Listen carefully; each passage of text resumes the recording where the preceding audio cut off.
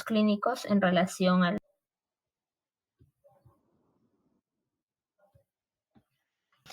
El tema de hoy es linfoma de Hodgkin.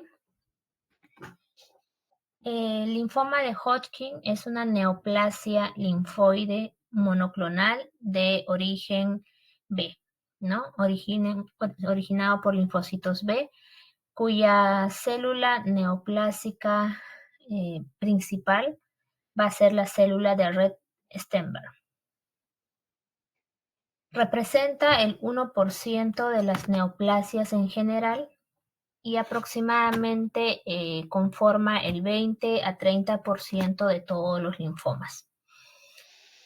Se ha visto asociación en algunos casos con la infección por el virus del Epstein-Barr en un 20 a 50% en algunos subtipos, y también la infección por el VIH puede conferir un 10 veces más riesgo de presentar este tipo de linfoma. En cuanto a la epidemiología, la presentación de este tipo de linfoma sigue una curva bimodal, cuyo primer pico de incidencia es entre la segunda y tercera década, y el segundo pico hacia los 60 años. Predomina la incidencia sobre los varones y por cada 1.4 varones, por cada mujer hay 1.4 varones presentando este tipo de linfoma. Se ha dicho que la infección precoz sintomática, o sea, una mononucleosis infecciosa, podría ser un factor de riesgo para presentar este linfoma de Hodgkin, ¿no? Asociado a la infección por el virus Epstein-Barr. En cuanto al diagnóstico, en relación a la patología y a la biología de esta enfermedad, pues se ha visto la importancia de demostrar la presencia de las células de Rett Steinberg y su variante, es decir, la célula de Hodgkin, ¿no? Asociado a un infiltrado polimorfo reactivo en la pieza histológica. Los datos clínicos, histopatológicos, fenotípicos y genotípicos han permitido distinguir dos entidades o dos grupos, por decirlo así, de linfoma de Hodgkin. La forma clásica y la forma nodular con predominio linfocítico, ¿no? Las siglas que siguen: la enfermedad de Hodgkin nodular con predominio linfocítico, HNPL, ¿no?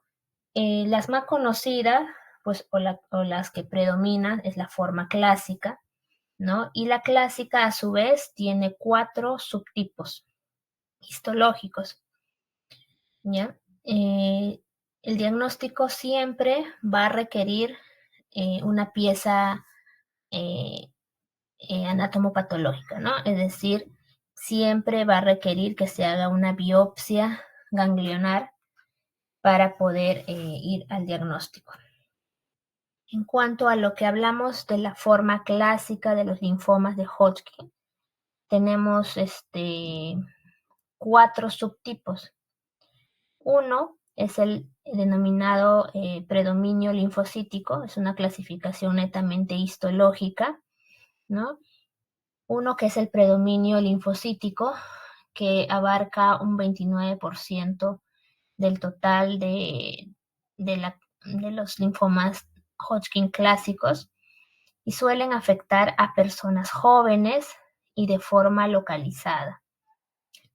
En la biopsia se va a observar un infiltrado linfocítico difuso, y esta es el tipo que tiene mejor pronóstico.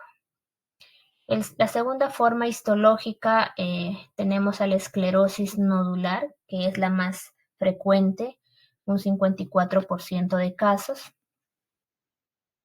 Aparece en mujeres jóvenes y puede afectar el mediastino. Puede asociarse prurito también y se va a caracterizar por la presencia de las células Rett-Steinberg, células lacunares, bandas fibrosas rodeando los nódulos tumorales. Es la segunda de mejor pronóstico y si es que se da el caso de recurrencia, pues siempre va a ser con la misma histología, ¿no? Entonces la esclerosis eh, también es en personas jóvenes, pero principalmente en mujeres y se caracteriza por la presencia pues, de estas células de Rett-Steinberg, ¿no? El siguiente tipo histológico es la celularidad mixta, que ya es en menos proporción, un 16%, en la cual aparecen las células tumorales, también estas células de Rett-Steinberg, y células reactivas, o sea, tanto tumorales como reactivas, por eso el nombre de celularidad mixta, ¿no? Es frecuente en varones y con presentación abdominal. Tiene un pronóstico intermedio y se relaciona con la infección por el virus de Epstein-Barr. La siguiente clase es la depresión linfocitaria, que es la más infrecuente. Aparece en edades avanzadas, ¿no? A diferencia de las tres anteriores. Y se observan células de Hodgkin, que es una variante mononuclear de las células de Rett-Steinberg. Tienen que diferenciar que uno es la célula de Hodgkin y otra es la célula de Rett-Steinberg, ¿no? En esta depresión linfocitaria principalmente se observan células de Hodgkin y hay una escasa celularidad inflamatoria acompañante. Es la variante de peor pronóstico y suele diseminarse y acompañarse de síntomas B. Está asociada a inmunosupresión, personas con VIH y también a infección por virus de Epstein-Barr. Esto que acabo de hablar está aquí en forma gráfica, ¿no? El subtipo de predominio linfocítico, donde hay principalmente un predominio linfocitario difuso, ¿no? En la esclerosis nodular son nódulos linfáticos con bandas de colágeno, donde se encuentran estas células de Rett-Steinberg, que son células binucleadas, y las células lacunares. En la celularidad mixta, es un mix de infiltrados de células tumorales y células reactivas, como histiocitos, eosinófilos, ¿no? Hay menos linfocitos y también están presentes estas células de Rett-Steinberg. En la depresión linfocítica, donde ya, como su nombre dice, depresión, o sea, no hay mucho infiltrado linfocitario y hay una disminución global de todos los elementos celulares, ¿no? Ahí están lo que son las células de Hodgkin, ¿no? Que es una variante mononuclear de las células de Rett-Steinberg. Entonces, ya hemos dicho que algo importante para diagnosticar es las células de Rett-Steinberg, entonces tenemos que conocerlo. La célula de Rett-Steinberg es imprescindible para el diagnóstico, sin embargo, no son patognomónicas, es decir, no son propias, ¿no? Solo de los linfomas de Hodgkin. También pueden aparecer en algunos linfomas no Hodgkin y en infecciones como por virus de Epstein-Zoster, mononucleosis infecciosa, en adenitis postvacunal, etc. ¿Ya? Entonces, es imprescindible que estén estas células, sin embargo, no son patognomónicas. Es una célula grande, con núcleo doble, en espejo, como muestra acá la imagen, ¿no?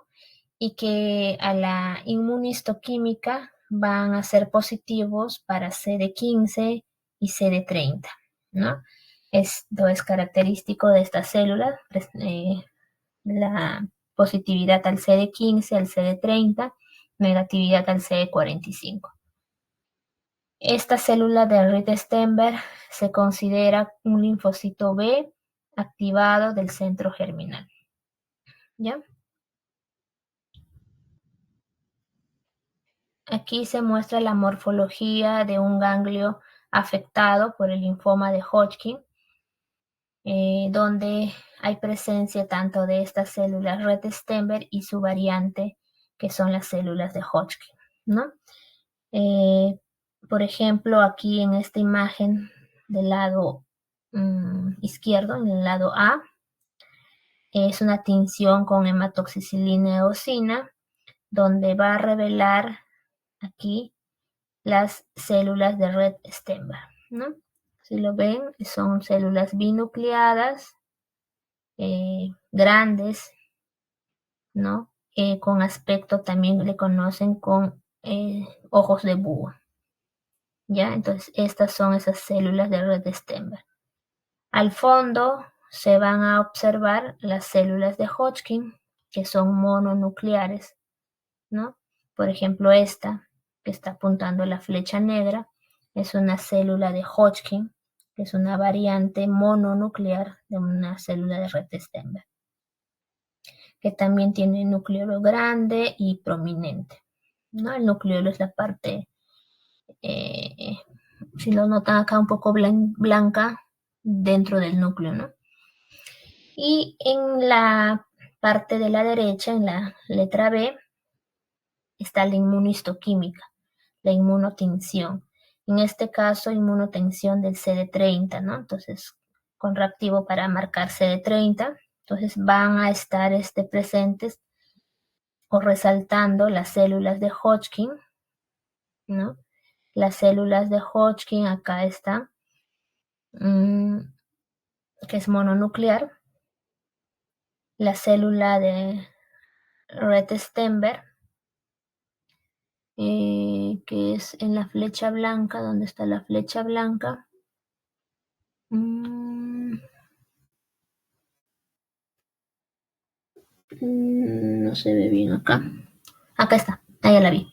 Acá está, la flecha blanca, esta también marca, ¿no? La célula de Rett-Steinberg y ocasionalmente células multinucleadas, como esta de acá, con una expresión fuerte del CD30, ¿no?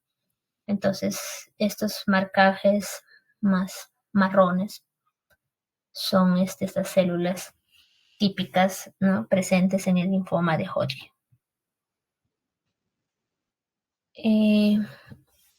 Las células tumorales suelen ser poco numerosas y representan menos del 1% de las células observadas, que se van a entremezclar con la población de células neoplásicas y fibrosis inclusive. Se caracterizan porque no sintetizan inmunoglobulinas debido a la inactivación de la transcripción. El linfoma de Hodgkin se va a deber a una desregulación de varias funciones biológicas fundamentales del linfocito B tumoral dentro del centro germinal, que conduce a la anergia, la resistencia a la apoptosis y a la amplificación de varias vías de señalización implicadas pues, en los procesos neoplásicos. En cuanto a la clínica, ¿no? El 80% de los casos pueden llegar a ser asintomáticos y se descubren debido a la presencia de adenopatías periféricas. Estos ganglios suelen ser indoloros, ¿no? De disposición asimétrica y de tamaño desigual dentro de un mismo territorio ganglionar. Puede haber la presencia de síntomas B, que comprende diaforesis nocturna, fiebre, pérdida ponderal. El linfoma de Hodgkin de tipo de esclerosis nodular es la forma histológica más común, como lo dijimos, va a predominar en las mujeres adultas jóvenes, y pues tiene una presentación más frecuente en cuello y mediastino, ¿no? Y es la que se va a estar en el más o menos en el 60-70% de los casos de la forma clásica del linfoma de Hodgkin. Aquí otras formas, manifestaciones clínicas, ¿no? Como les dije, hay adenomegalias periféricas o también masas mediastínicas que se pueden ver a través de primera intención en una radiografía de tórax. En la mayoría de casos pueden ser asintomáticos. La mayor parte de las adenopatías suelen presentarse a nivel cervical y supraclavicular en un 60-80% de casos, seguidas por la presencia a nivel de axilas y menos frecuente a nivel inguinal, un 6-12%. Los síntomas B, que ya les expliqué. Prurito, ¿no? Suele preceder al diagnóstico inclusive varios meses antes. El signo de Hoster, que es la aparición de dolor en zonas de adenopatías cuando se consume el alcohol. Puede haber presencia de sintomatología compresiva, es decir, si hay adenopatías inguinales o retroperitoneales o mediastínicas de gran tamaño, pueden comprimir órganos adyacentes, ¿no? Y provocar pues síntomas asociados a ello. Puede haber infecciones a repetición por la presencia de inmunodeficiencia de tipo celular. Una vez que sospechamos del diagnóstico y hacemos la biopsia, ¿no?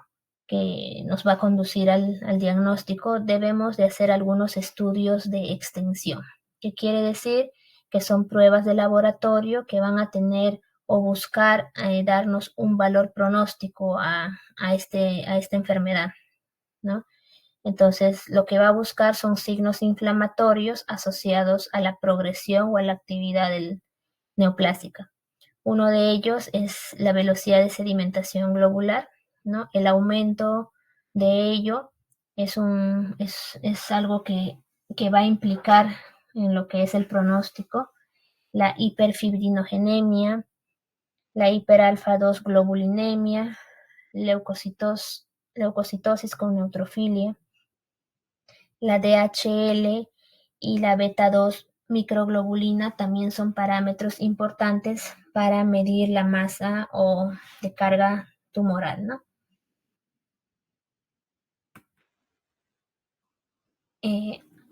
Aparte de las pruebas de laboratorio, debemos de buscar pruebas imagenológicas, ¿no? Al alcance tenemos siempre una radiografía de primera intención, una radiografía de tórax para buscar adenomegalias mediastínicas, poder medir el índice mediastínico torácica, que va a dar un factor pronóstico en las enfermedades localizadas. También podemos hacer uso de las tomografías tóraco-abdominopélvica, ¿no? Para poder visualizar adenopatías a nivel de estas zonas, invasión inclusive del hígado o vaso, ¿no? Y en el caso de sospecha de afección ósea o epidural, podemos inclusive usar la resonancia magnética, pero esto es menos frecuente, ¿no? Otro examen muy importante en el abordaje de esta enfermedad va a ser el PET scan. El PET scan es la tomografía por emisión de positrones, ¿no? Que va a poder inclusive modificar el estadio en un 10-20% de casos. ¿Ya? Es una prueba mucho más sensible, ¿no? Para poder detectar actividad tumoral. El PET scan, como en general, es una prueba funcional que se va a basar en la inyección de un trazador radioactivo y la detección de su distribución. Este trazador se acumula en la célula a un ritmo proporcional al consumo de la glucosa. Entonces va a haber el metabolismo, ¿no? O el metabolismo, la captación de estas células hipermetabólicas. Entonces, como las flechas señalan, los lugares, el cerebro, bueno, siempre va a salir en negro porque es bastante alto en el metabolismo. Entonces, pero los lugares que señala la flecha son lugares donde teóricamente hay una mayor detección, ¿no? De este trazador.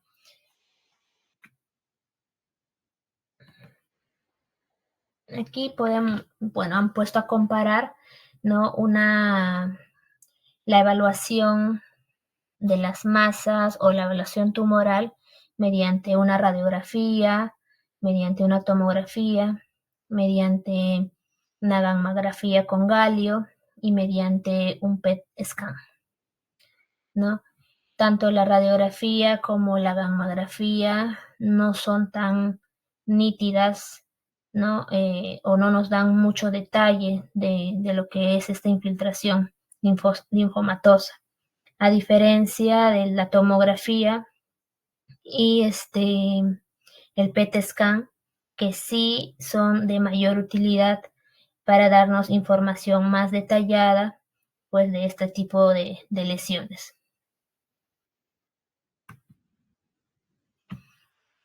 Una vez que hemos hecho el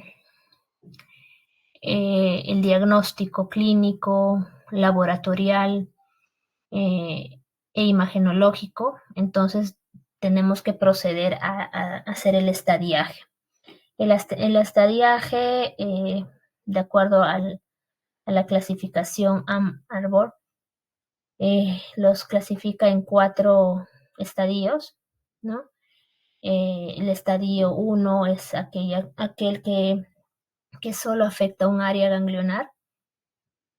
En el estadio 1, pero con la agregación de la E, que es afección de una zona única extranodal, ¿no? Y que es contigua o proximal a la zona ganglionar afectada. Aplica únicamente en los estadios 1 y 2, ¿ya? El E de extranodal. Ya, en el 2 ya está involucrada 2 o más áreas ganglionares, pero sobre el mismo lado de el diafragma, ¿no? Hacia arriba o hacia abajo. Entonces, es en el mismo lado en el número 2. Igual si hay la presencia de un órgano o localización extralinfática, ¿no? Se agrega la E. El siguiente estadio es el 3, donde hay un compromiso ya ganglionar en ambos lados del diafragma. Y también puede ya haber compromiso de lo que es el vaso, ¿no? En algunos le ponen, cuando hay compromiso del vaso, se agrega la S, ¿no? De spleen. Y en el estadio 4, la afección es difusa o diseminada de uno o más órganos extralinfáticos con o sin afección ganglionar, por ejemplo, que ya afecte el hígado, que afecte la médula ósea u otros sitios extranodales no contiguos a los ganglios afectados, ¿no? Entonces, ya es una afección, por ejemplo, acá en el 4 dice que ha afectado el hígado o ha afectado la médula ósea, muy aparte de lo que puede haber afectado ya algunas regiones ganglionares, ya involucra que sea un estadiaje 4. ¿Ya? La X, cuando hay una masa bulky, que es una lesión tumoral de gran tamaño, voluminoso, que se le denomina masa bulky. Entonces, de acuerdo a esta clasificación o este estadiaje en 4 estadios ¿no? Lo que vamos a hacer ya con fines terapéuticos, ¿no? Para ver cuál va a ser la conducta terapéutica de acuerdo al estadiaje. Se ha hecho algunos grupos de estudio, han hecho otro tipo ya de clasificación, ¿no? Entonces, tenemos acá la comparación de dos grupos u organizaciones de estudio, ¿no? Donde hablan de factores de riesgo. Los factores de riesgo en ambos grupos, ¿no? Es A con más que presente una masa mediastínica voluminosa, B que sea edad acá más de mayor o igual a 50 años, aquí que haya una afección extramedular, extraganglionar, aquí en la C, ausencia de síntomas B, y que la velocidad de sedimentación sea mayor igual a 50 o mayor igual a 30 si hay síntomas B, ¿no? O sea, si hay ausencia de síntomas B, pero BCG más de 50 o BCG más de 30, pero así se asocia a síntomas B. El otro es la D, que tenga que tener más de 3 áreas ganglionares afectadas, en el otro mayor a 3 áreas afectadas. Esos son los factores de riesgo que ellos proponen, ¿no? Para estos pacientes con linfoma de Hodgkin. Ahora, van a poner estadios, ¿no? 3 tipos de estadios. Un estadio localizado, ¿ya? Y un estadio avanzado. En los estadios localizados puede ser favorable o desfavorable. El estadio localizado son aquellos estadios 1 y 2, de acuerdo a la estadiaje del Ann Arbor, ¿ya? El 1 o 2, en el caso de ser localizado favorable, no va a haber ningún factor presente, o sea, ninguno de estos factores van a estar presentes.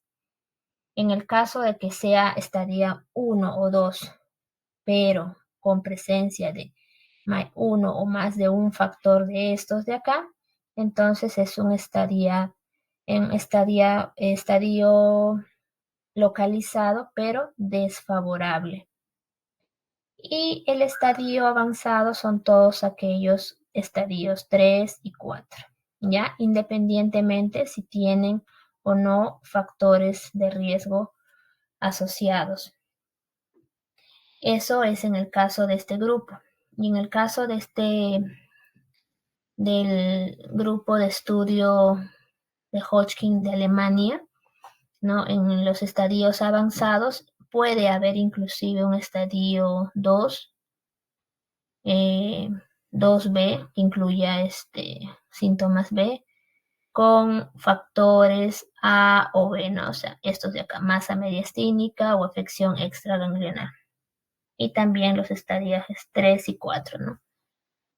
Entonces, hay que tener en cuenta para saber el tratamiento y también pronóstico, los estadios, ¿no? Estadios localizados favorables o estadios localizados desfavorables y los estadios avanzados.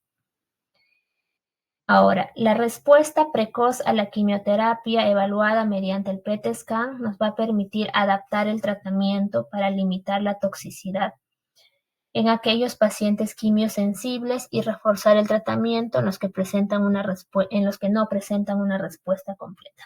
Es decir, damos inicialmente 2 ciclos de tratamiento de quimioterapia y hacemos un PET scan. Si el PET scan tiene una adecuada respuesta, ¿no? Tratamos de ser menos tóxicos en esos tipos de pacientes y limitar o dar menos dosis o menos ciclos de quimioterapia, a diferencia de los que tienen un PET positivo. Entonces es muy, muy importante en esta enfermedad este estudio de PET para poder ayudarnos en limitar la toxicidad en pacientes que sí demuestran ser quimiosensibles, a diferencia de los pacientes, y diferenciarlos de los pacientes que al contrario, ¿no? O sea, a pesar de las quimios iniciales, no hay una adecuada respuesta. La supervivencia a 5 años en general es muy buena, ¿no? Es principalmente en el grupo localizado favorable, y en el grupo localizado desfavorable es un poco menos, pero igual sigue siendo buena, ¿no? En el grupo del estadio avanzado existe un índice de pronóstico internacional, ¿ya? Que nos va a ayudar a calcular el pronóstico, la sobrevida, ¿no? La sobrevida global. Entonces, solo para aquellos pacientes con estadio avanzado, no con los estadios localizados, sino solo con los avanzados, se aplica este índice de pronóstico internacional, en la cual vamos a evaluar la edad, ¿no? Si es más de 45 años, 0. El género, si es varón, tiene un score de 1. La albúmina menos de 4 gramos por mililitro, tiene un score de 2. La hemoglobina menos de 10.5 gramos por decilitro. El estadiaje, si es un estadiaje 4, es un score de 4. La cuenta de los leucocitos y de los linfocitos también influye, ¿no? Y de acuerdo al score, ¿no? También se mide la sobrevida global a 5 años, ¿no? Este es el porcentaje, va disminuyendo la sobrevida global. Entonces, este índice pronóstico va a dividir a los pacientes de estadio avanzado en 3 grupos de riesgo. De bajo riesgo, si su puntuación es para ver la supervivencia, ¿no? Un bajo riesgo, si la puntuación es de 0 a 1, un riesgo intermedio, si la puntuación es de 2 a 3, y un riesgo alto, si la puntuación es mayor o igual a 4, ¿no? Entonces, esta puntuación, por ejemplo, los de alto riesgo, más de 4, una sobrevida de 60%, 56%, aproximadamente a los 5 años. En cuanto al tratamiento, el tratamiento, como les dije, va a depender del estadiaje, ¿no? Entonces, el estadiaje con pronóstico favorable, o sea, los estadiajes aislados o limitados, pero con favorable, ¿no? Son beneficiados de combinación de poliquimioterapia, ¿no? El esquema se llama ABBD, ¿no?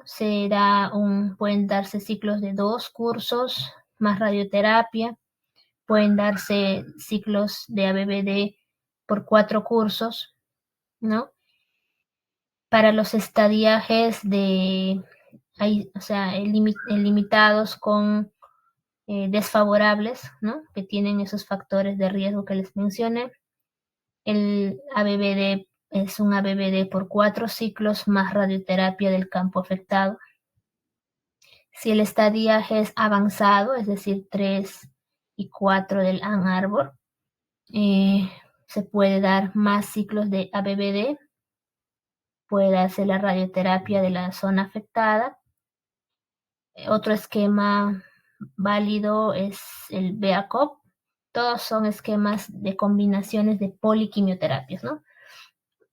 Son para aquellos pacientes con un índice pronóstico más de 2, para aquellos pacientes en estadio avanzado. Son regímenes que tienen mayor toxicidad, ¿no? A diferencia de la BBD. En los casos de recaída, se puede hablar de poliquimioterapia intensiva con autotransplante de médula ósea, medicamentos como el brentuximab, ¿no? El anti-PDL1, en pacientes que no son candidatos a trasplante o recaída tras del trasplante, ¿no? Entonces, los dos principales son el ABVD y el BACOP, ¿no? El ABVD para los estadios limitados y tanto con pronóstico favorable o desfavorable, pueden o no asociarse a la radioterapia dependiendo del caso, y en los estadios avanzados, pues el BACOP, ¿no? O más ciclos de ABVD. ¿Cómo evaluamos el tratamiento? Actualmente podemos usar el score de DIBIL. Ese score se utiliza el PET scan, utiliza para poder comparar las respuestas, ¿no? Se comparan las imágenes previas y los cambios que pueden lograrse luego de los dos primeros ciclos de quimioterapia, ¿no? Este score va a darnos cinco scores, ¿no? En el 1, si es un score 1 es porque hay una ausencia de captación por encima del fondo, o sea, estamos hablando del PET control, ¿no? El PET después de haber recibido los dos primeros ciclos del ABVD, por ejemplo. Entonces, si es un score de 1 es porque hay una ausencia de la captación por encima del fondo. Si es un score 2, es una captación menor o igual a la del mediastino, o sea, se compara. El score 3, la captación en las zonas afectadas puede ser mayor a la del mediastino, pero menor o igual a la del hígado. El 4 es una captación del contraste, ¿no? Moderadamente mayor a la del hígado. Y el 5 es la captación notable mayor a la del hígado y o aparición de nuevas lesiones. Una adecuada respuesta suele tener un score máximo hasta 3, ¿ya? Entonces, el hecho de hacer este PET scan luego de los dos ciclos, los dos primeros ciclos de quimioterapia y tener una puntuación menor o igual a 3, nos va a indicar una respuesta adecuada y nos va a poder estratificar al pacientes que son quimiosensibles de los pacientes de quimioresistentes, ¿no? Y por ende, la conducta puede variar si completamos hasta 4 ciclos o podemos cambiar de esquema a algo más intensivo, ¿no? Va a depender mucho de esta evaluación con el PET scan. Entonces, uno de los factores pronósticos más importantes en cualquiera de los estadios 1, 2, 3 o 4, ¿no? O estadios aislados o avanzados, como lo queramos nombrar, va a ser el resultado del PET scan intermedio. Intermedio es el que se realiza tras los dos primeros ciclos de quimioterapia. Los pacientes con PET intermedio negativo o menor igual a 3 tienen mejor pronóstico y mejor tasa de curación con la primera línea que aquellos que presentan un PET intermedio, ¿no? Positivo, es decir, un score mayor de 3, ¿no? 4, 5. Ya, entonces, hasta aquí es lo que se podemos mencionar de la enfermedad de Hodgkin o del linfoma no Hodgkin, del linfoma Hodgkin, y es lo que deberían aprender de ello, ¿no? De este tema. Entonces, a manera de repente de afianzar un poquito más el tema, vamos a hacer dos casos clínicos, ¿ya? No sé, a ver, ¿quién me puede ayudar leyendo? A ver, Brandon. Sí, otra. Dice, en el estudio de una adolescente de 16 años sintomática con adenopatías apicales izquierdas, se realiza una biopsia ganglionar que demuestra presencia de células mononucleadas y binucleadas con nucleolo evidente, que son CD15 y CD30. Entre ellas se disponen numerosos linfocitos CD3, así como numerosos eosinófilos, histocitos y células plasmáticas. El estudio de extensión demuestra solo adenopatías cervicales izquierdas. La velocidad de sedimentación molecular 20 milímetros. ¿Cuál es la actitud terapéutica adecuada? 1. Poliquimioterapia BAPOP, poliquimioterapia ABVD, rituximab. 3. Autotrasplante de médula ósea. 4. Poliquimioterapia ABVD y radioterapia cervical. Ya, a ver, les doy unos minutos para que lo vuelvan a leer todo y podamos participar cada uno con sus respuestas.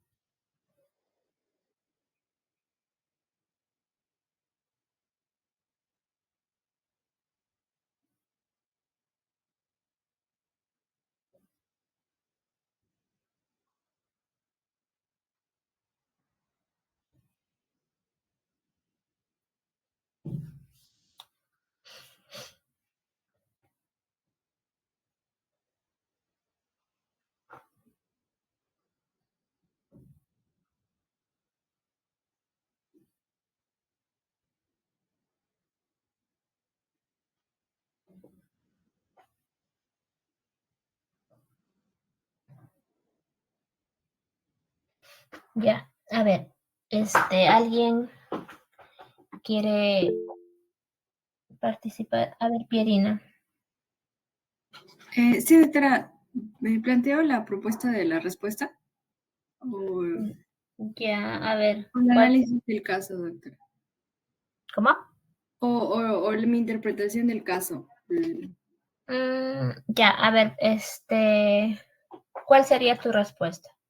Yo creo que es la 4, poliquimioterapia ABD y radioterapia cervical, sobre todo por, primero, el diagnóstico que nos haría pensar, en este caso, un linfoma Hodgkin, debido a que presentan, por ejemplo, múltiples tipos de células.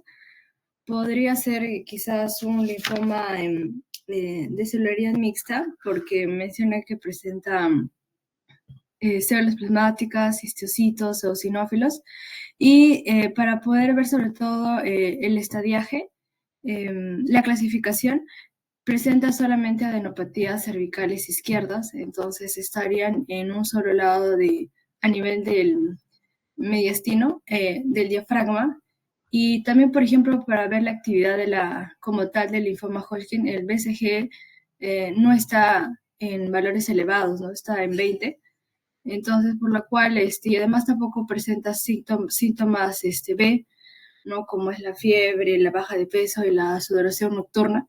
Entonces, por eso considero de que se debería dar una poliquimioterapia ABD y radioterapia cervical. O sea, no, sería como que debido es que un estadiaje 1, ¿no? Ya, muy bien, Pierina. ¿Quién más alzó la mano? Ángela, me parece.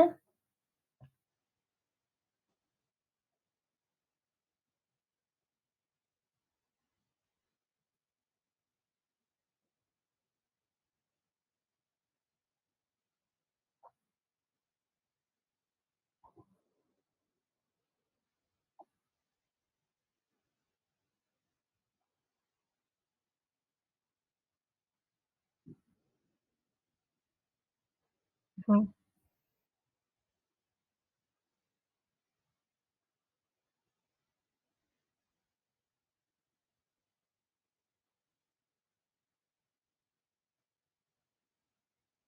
ujú,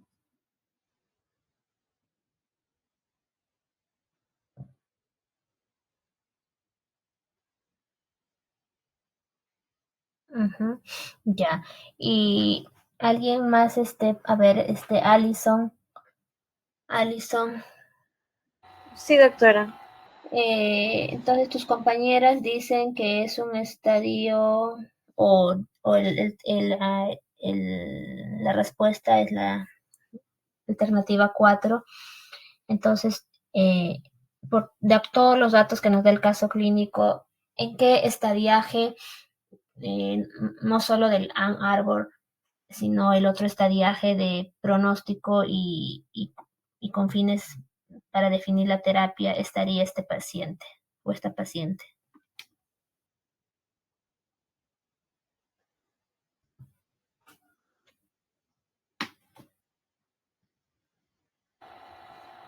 Con respecto a su pronóstico. No, al estadiaje.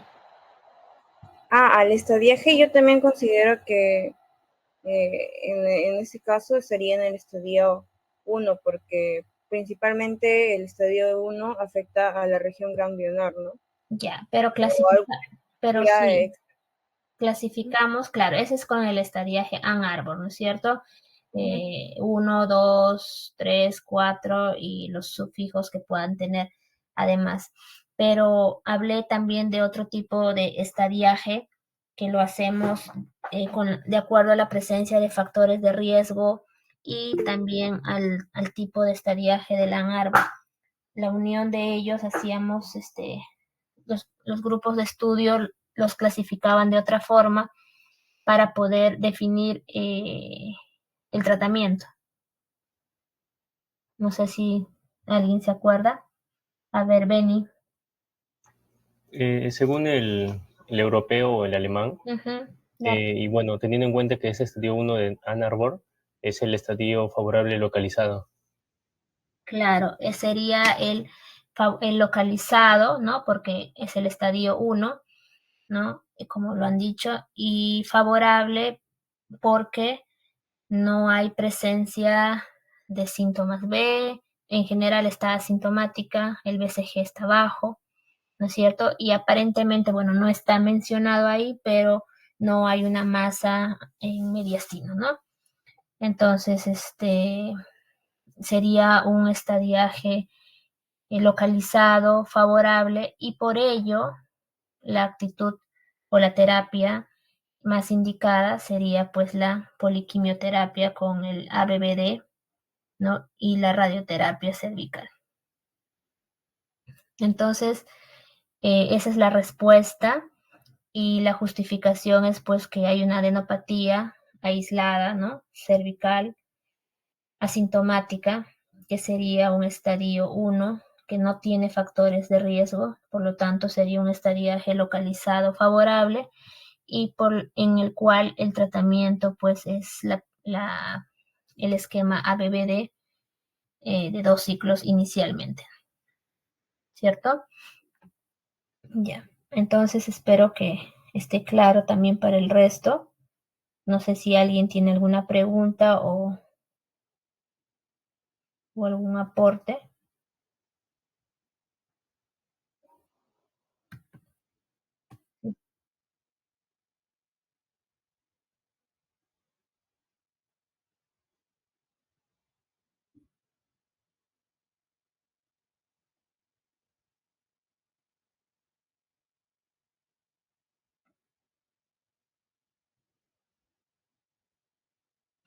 No, te dice en el mismo lado del diafragma. Si es axilar, o sea, el diafragma parte en dos, ¿no? Una parte superior y una parte inferior.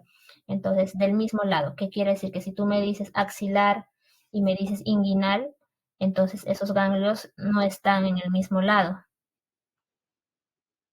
Claro, dos axilares no importa porque están en el mismo lado del diafragma. Entonces, o sea, no, a ver, exacto.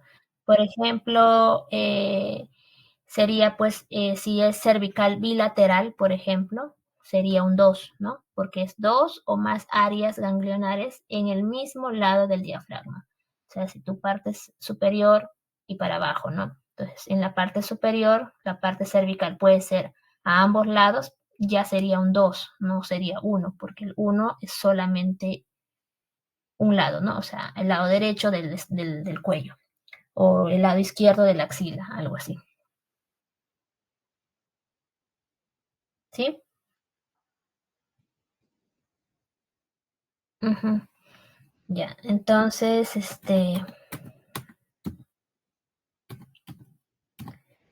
el siguiente caso, a ver si me ayuda. ¿Quién me ayuda? A ver. ¿Quién está atento? Ya, a ver, yo sí.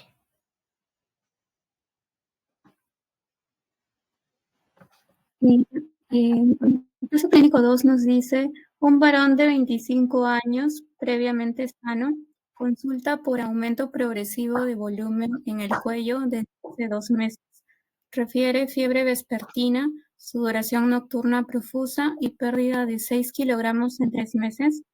Al examen físico presenta adenomegalia cervical izquierda, indolora, de consistencia firme, no hay adenomegalia palpable. Se le realiza biopsia excisional de ganglio linfático, cuyo estudio histopatológico reporta células de Rett-Steinberg tipo ojo de búho en un fondo inflamatorio. Los estudios de extensión muestran compromiso ganglionar cervical y mediastinal sin afectación extranodal ni de médula ósea. Bueno, pregunta cuál es el diagnóstico más probable y el estadio según Amargo. Ya, a ver, un par de minutos para que lo sigan leyendo o lo vuelvan a leer y para poder responder a la pregunta.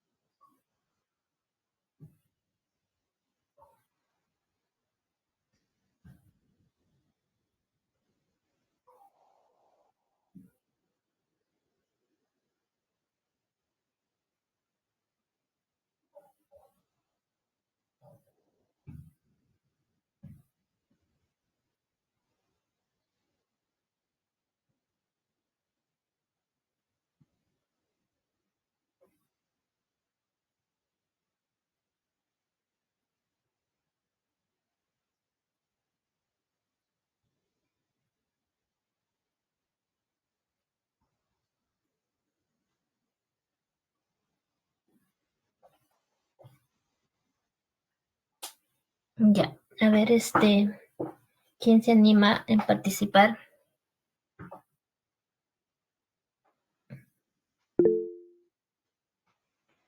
A ver, Brian.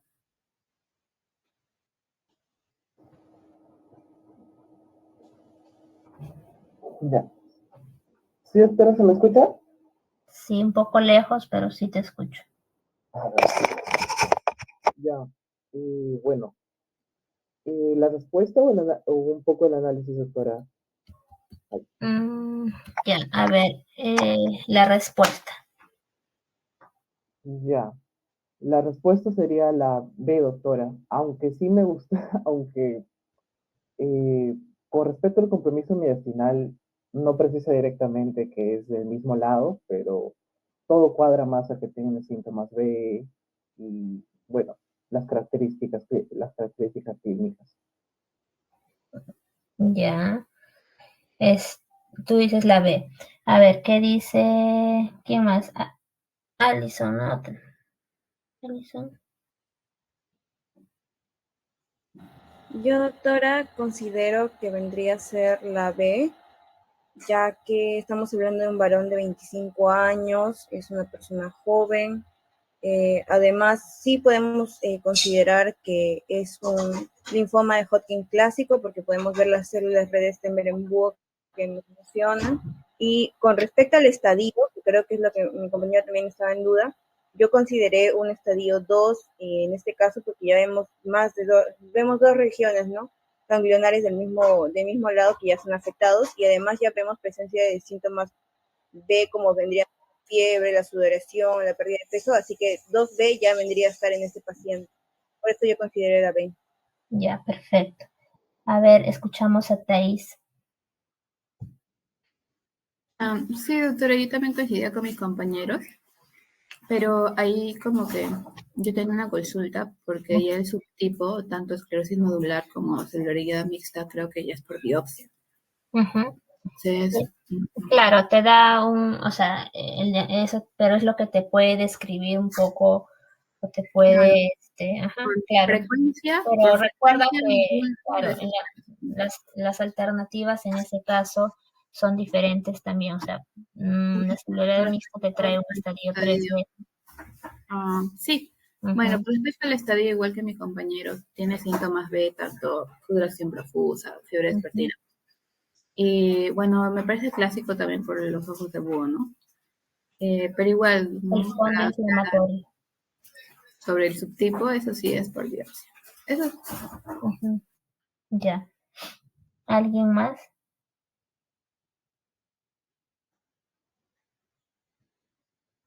¿Alguien más que no haya participado?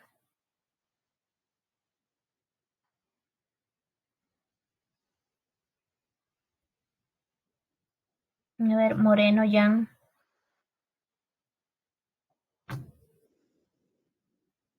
Moreno.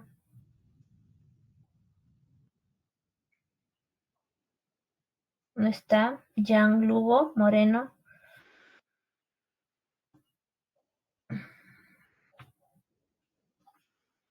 Ya. José Tapia. Sí, doctora, buenas noches. Hola, ¿qué tal? A ver, ¿cuál es tu comentario al respecto? Bueno, sí, también opino que, bueno, podría ser el linfoma de Hodgkin clásico, ¿no? Porque ese es el tipo más frecuente en adultos jóvenes. Y bueno, como en la estratificación, ¿no? De Ann Arbor, se menciona pues que hay que tiene que ser mayor perdón, que sea mayor, que tenga dos o más regiones ganglionares en el mismo lado del diafragma, hace que esto se considere estadio 2, ¿no? Y la presencia de síntomas como sudoración, fiebre, pérdida de peso, eso sería, digamos, el estadio 2B. Entonces, iría por la alternativa B, ¿no? Sería probable. Ya, de repente para que a algunos no les queda claro en realidad el lado del diafragma, ¿o no? El mediastino, recuerden que el mediastino está encima del diafragma, ¿no? Entonces, por ahí algunos compañeros estaban en duda un poco por el compromiso mediastinal. El mediastino está encima del diafragma, entonces todo lo que está encima del diafragma es un solo grupo, ¿no? Es un solo lado, ¿ya? Entonces el mediastino, al igual que las adenopatías axilares, al igual que las adenopatías cervicales o de repente las amígdalas, ¿no? Los anillos de Waldeyer están en el mismo lado, ya solo para aclararles. Entonces, si la respuesta fuera la B, como me dicen todos, entonces, ¿qué me dice Eric en cuanto al tratamiento? Eric Torres.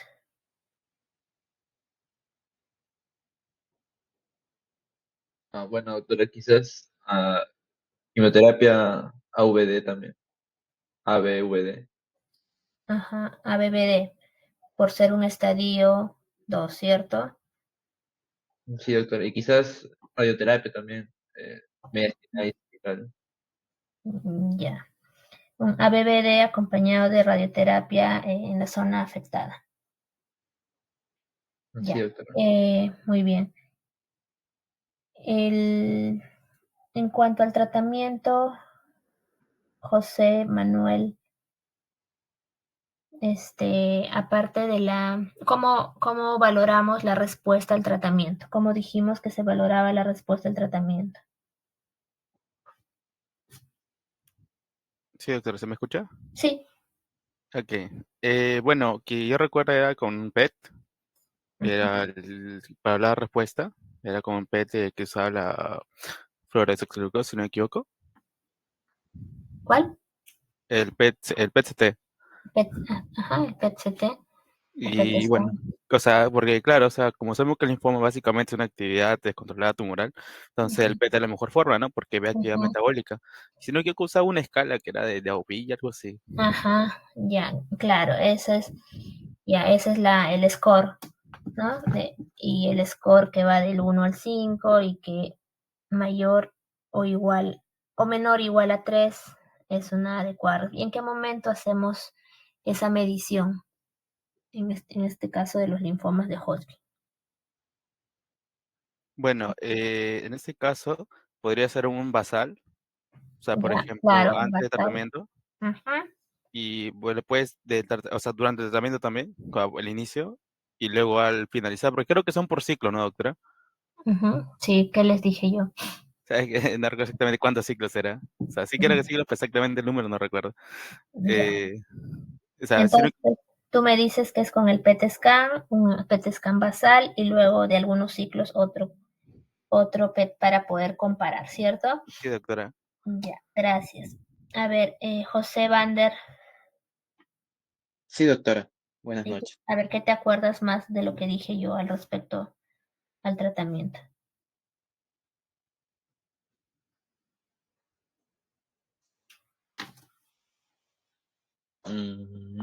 Bueno, mencionó que para estadio 2 se da quimioterapia ABVD. ¿Y en qué momento hacíamos el control con el PET scan? El primero era basal, ¿no? Para saber qué zonas están afectadas y todo. Y en qué momento era importante hacer el segundo PET scan comparativo.